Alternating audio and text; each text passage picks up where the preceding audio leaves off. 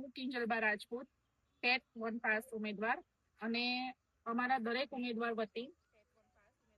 આજે અમે સરકારશ્રીને અને લાગતા વળગતા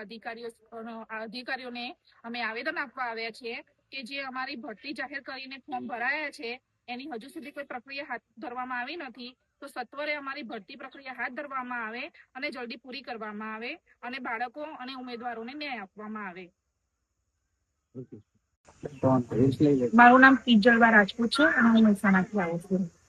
અને અમારા ટેટ 1 પાસ ઉમેદવારો વતી અમે આવેદન આપવા આવ્યા છીએ કે અમારી જે 11,000ની અંદાજિત જગ્યાઓ જાહેર કરી અને અમારા ફોર્મ ભરાયા છે વિદ્યા સહાયકોના ધોરણ 1 થી 5 ના, એનો આટલો બધો સમય થઈ ગયો પણ હજુ ભરતી પ્રક્રિયા આગળ વધારવામાં આવી નથી. માટે બાળકો અને ઉમેદવારો બંનેનું નુકસાન થઈ રહ્યું છે કે સત્વરે અમારી ભરતી ચાલુ કરી અને સત્વરે ભરતી પૂરી કરવામાં આવે, બસ એટલી જ અમારી માંગ છે. સરકાર તમારી માંગણી નહીં સરતો છે તો આગામી શું રણનીતિ રહેશે તમારી બધાની? એની રણનીતિ તો એવું છે કે